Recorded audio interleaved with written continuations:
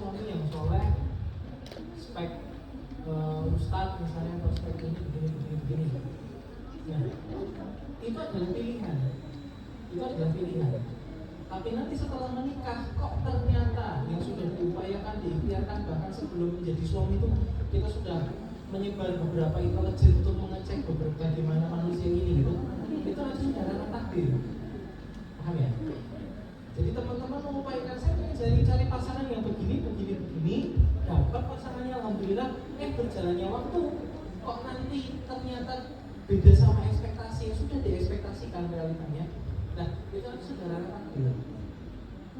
Makanya ketika kita pengen mengejar seseorang, itu bukan kemudian bagaimana kita mengejar secara personalnya dia, tapi ke value.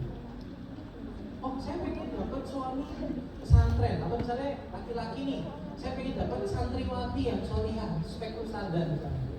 Ya kita berusaha untuk mengupayakan value kita supaya sekarang misalnya nggak berjodoh dengan si ustadzah itu atau si ustadz itu gitu misalnya, itu nanti di persimpangan akan ketemu dengan yang sama-sama memantaskan takdirnya. Paham ya sampai sini? Jadi kita nggak pusing mikir kayak kok nama bukti kalau kayak gitu, kok tidak rapi kalau kayak gitu. Pokoknya kalau tidak denganmu aku tidak menikah dengan yang lain. Nah, gitu. Tidak seperti itu. Makanya fokusnya adalah meningkatkan value diri kita sambil kita berikhtiar, nanti di persimpangan akan ketemu jodohnya di situ yang sama-sama memantaskan dan pasti lebih baik.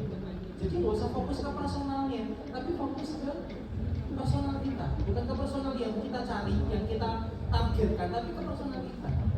Value ku sampai mana? Nanti misalnya kalau value ku sudah bagus, mungkin bisa jadi dapat yang lebih bagus dari orang yang kita target. Gitu. Karena kan menikah ini kan ibadah seumur hidup ya. Panjenengan mau Idul Adha saja, itu persiapannya kan mau menikah. Dari nyari plastiknya, nyari talinya, nyari uang korbannya. Orang mau sholat Id aja bangunnya jam berapa? Orang mau ibadah sholat Jumat yang cowok-cowok itu jam 11 harus keluar dari pabrik, dari kantor, mandi segala macam gitu. Nah, apalagi menikah, persiapannya ini panjang gitu. Gak sekedar kita nyari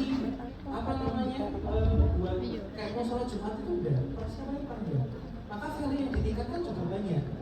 Tadi Ustaz Agam jelasin aja, kita udah mikir berarti kalau kita mau menikah itu paling tidak kita memahami psikologi pasangan, memahami psikologi anak, memahami begini supaya lupa pengasuhan ini dulu kita alami tidak dialami oleh anak kita gitu.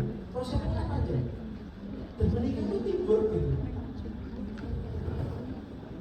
Makanya harus memahami potensi pasangan masing-masing. Itulah kasusnya nggak bisa jagal satu orang, nggak bisa. Ada yang pegang kakinya sapi, ada yang nyembelih, ada yang bacain ini pengorbanan atas nama siapa, itu kan teamwork yang dilakukan harus sampai selesai. Sholat Jumat juga gitu, nggak bisa satu orang gitu, harus minimal berapa orang. Ada yang ada yang ikhomah, ada yang kemudian bilalnya siapa, ada yang kemudian nyiapin karpet gitu. Nah,